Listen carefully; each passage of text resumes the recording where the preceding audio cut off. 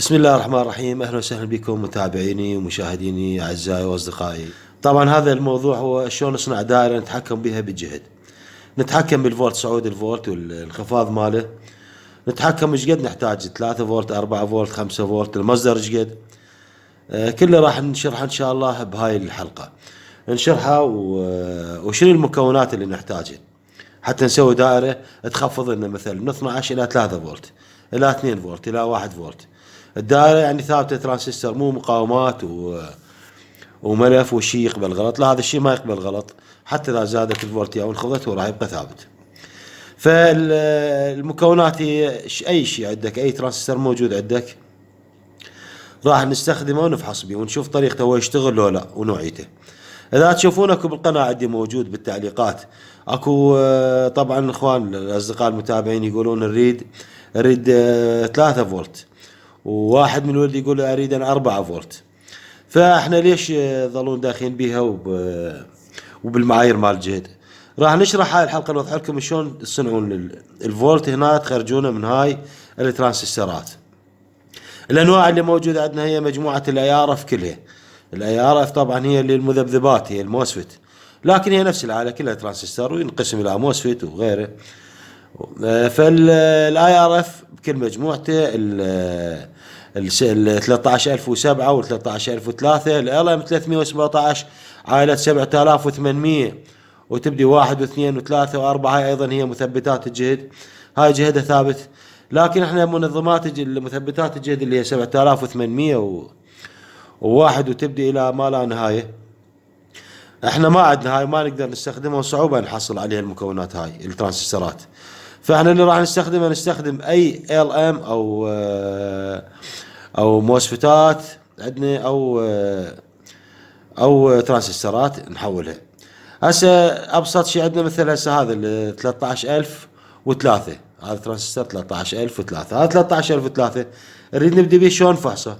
اول بدايه نفحصه نشوفه يشتغل ولا لا، حتى نشتغل عليه نسوي دائره ونخفض بالجهد اللي نريده احنا، اللي نريد نستخدمه احنا. نشوف له اي شيء. اول مره نشوف له مقبس عادي، هذا المثبت هذا العادي المقبس، هاي فيه ايش موجوده، نخليه بقاعده ونثبته. المصدر اللي عندنا هو 12 فولت، وريد من ال 12 نستخرج الفولتيات اللي تعجبنا. هذا 12 فولت.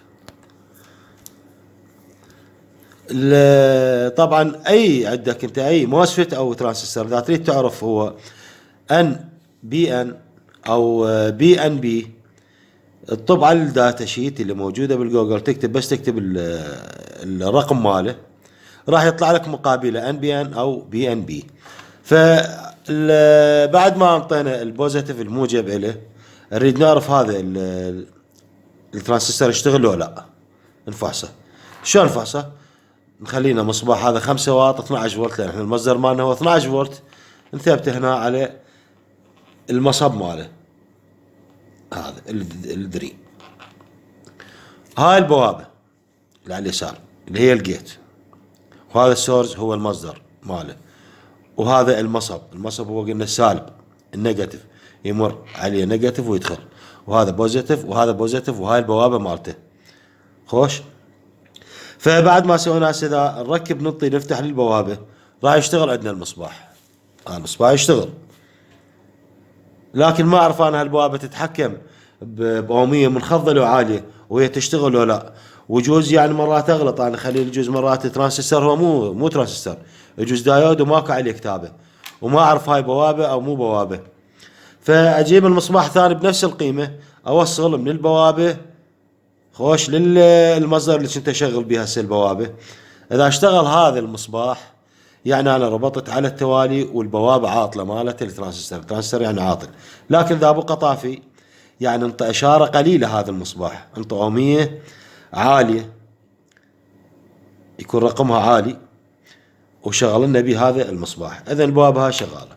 هسه اللي نريد احنا، انا عندي مصدر 12 فولت واريد هذا 12 بدي احول لنا 4.2 بالعشرة. مثلا بدي افحص اريد اشغل بطاريه ليثيوم اريد اشحنها، هاي بطاريه وبها القاعده مالتها واريد اشحنها، هنا اريد اشحنها من 12 فولت، فلازم انطيها تقسيم هو 4.2 بالعشرة وكاعلى مستوى للجهد اللي يدخل هالبطاريه حتى ما يتلفه.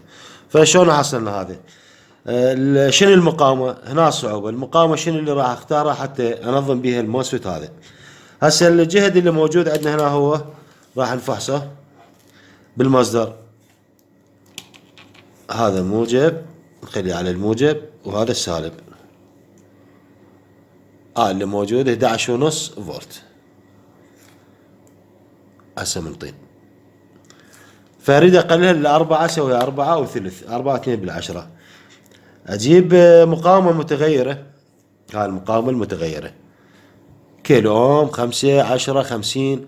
المقاومة المتغيرة راح تنزلك توصلك حد الصفر، لحد ما تنطيك مقاومة كاملة، لحد ما تصفر من تفرها الصفر عندك، تنطي تعبر التيار كله والجهد.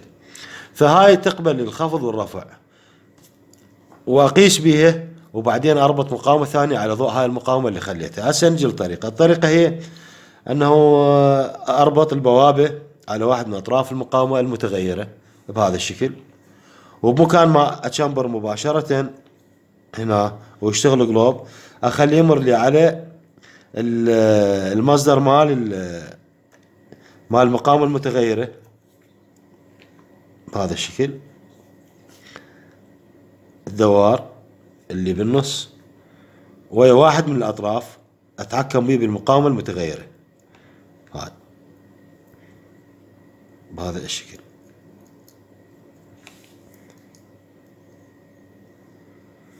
وابدي احرك بالمقاومة المتغيرة بهذا الشكل هيك. هسه راح نربط الفولت ميتر على مود نشوف ايش قد الفولت اللي قاعد نتحكم به. خلي الفولت ميتر على المصباح، لان هو احنا المخرج مالنا اللي راح نشحن به هو على اعتبار انه هو المصباح، هو المخرج اللي راح يصير بنظام كل الدوائر. يعني هسه هذا المخرج. هنا من التشامبر تشوفون شلون راح ترتفع الفولتية، يأشر لنا الفولت ميتر. هذا هو المخرج. اغير الاقطاب حتى تعرفون السالب من الموجب بهذا الشكل. وهاي البوابة اللي اخنق بها وافتح. فابدي اخلي المقاومة المتغيرة بهذا الشكل هنا، والمصدر هنا، وهاي البوابة. اذا تشوفون هسه قاعد اتحكم بها، توصل هنا 9 و8، واخفضها لحد ما توصل للصفر. المقاومة تغير قاعد، يعني باعتبار باور سبلاي. فاحنا هاي بورد اخو ما نريد احنا نشغل لنا كل شاحن نخلي مقاومة متغيرة، ما يحتاج نخلي مقاومة متغيرة. نبدي نتحكم بها هنا ونغيرها، نوصلها الى 4.2 بالعشرة بهذا الشكل. اظل اخفض واحول بالجهد. هسه عندي 4.2، اذا تشوفون 2 بالعشرة، 4 فولت. فاقيس الجهد اللي موجود هنا، عفوا اقيس الاومية اللي موجودة اللي خرجتها من هاي المقاومة المتغيرة، اقيسها بالفولت ميتر. هنا احوله على 2 كيلو اوم، اخذ الاطراف واقيس ايش قد هنا، ايش كم اوم اللي خرج لي 4.2 بالعشرة. الاومية اللي خرجتها هي 260 اوم، هاي اللي تشوفونها 260 اوم. هنا صارت الاومية عندي 260 اوم. قدرت احصل من 12 فولت على هذا الموسفيت على المخرج هو 260 اوم. فاللي احتاجه اجيب مقاومة 260 اوم، اعوضها بمكان المقاومة المتغيرة. يعني ما كل دائرة نريد نسويها ما نقدر نخليها نفسها كلها مقاومات متغيرة، لا، دوائر نصير شوي نشتغل باحتراف، نحط لنا مقاومة حتى تبقى دائرة صغيرة والجهد ثابت. وهاي المقاومة نشوفها ايش قد. هاي المقاومة 260 اوم، عوضت لنا المقاومة المتغيرة اللي كانت هناك.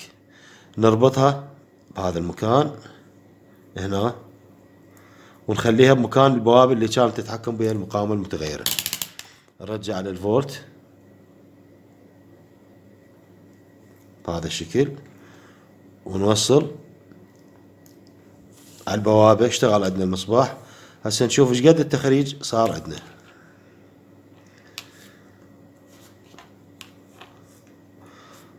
التخريج هسه 4 فولت. نحوله على 20 اكثر دقة، 4.17. المقاومة هاي عوضت لنا المقاومة المتغيرة اللي ربطناها وقدرنا نتحكم بالفولت ونعرف ايش قد نحتاج اومية حتى نضبط على 4.2 بالعشرة. فمن عرفناها قسنا المقاومة وخرجنا ايش قد، عرفنا العدد وجبنا مقاومة عوضناها بمكانها ركبناها على الموسفت. عرفنا التخريج مالنا هو نحتاج احنا 260 اوم حتى نخرج 4.2 من اصل 12 فولت. هاي هي دائرة بسيطة ونقدر نشحن بيها، نقدر اي شيء نسوي. ملاحظة مرات يصير عندك هنا شحنة موجودة تصير بطرف الاجزاء هاي مكان المصباح، اذا ماكو مصباح او ماكو مقاومة راح يطلع عندك قراءة هنا 12 فولت، نفسها تلقاها مرات هنا 12 فولت لان انت ما مركب عليه حمل، يطلع عندك 12 الشحنة تبقى. تقدر تخلي بمكان هذا المصباح تخلي مقاومة 1 كيلو اوم على مود يختفي الشحنة، تختفي اللي موجودة هنا. فشفتوا هسه طريقة الربط هاي.